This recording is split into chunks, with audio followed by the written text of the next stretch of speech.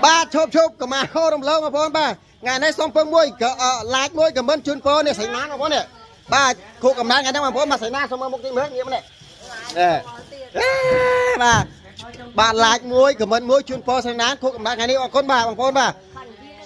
tu sấy nát bị to bằng to